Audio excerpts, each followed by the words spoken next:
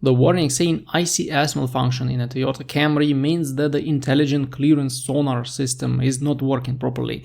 This is basically the collision prevention system based on the parking sensors of your car, and it applies brakes whenever the car is about to hit something when moving. And in some cases, the ICS malfunction warning can actually be related to one of the sensors being damaged or disconnected. But in the majority of cases, this warning means that there is another issue with the engine, brakes, brake pedal switch, etc. So something that this ICS system relies on is not okay. The easiest thing is to check the brake switch. Just press the brake pedal and see if the brake lights go on. If they don't, the switch is most likely the culprit.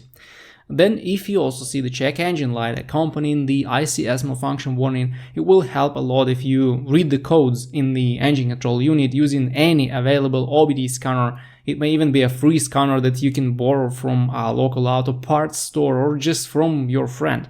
The code may tell you about engine misfire, throttle position sensor problems, idle speed problems, etc.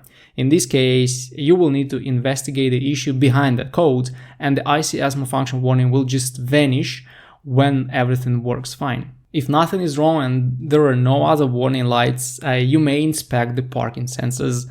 If you notice any damage, this is most likely the culprit of your problem. Also, a good Toyota compatible scanner may help you at this stage, since it can read the codes in all various modules, which is impossible with just a simple universal scanner.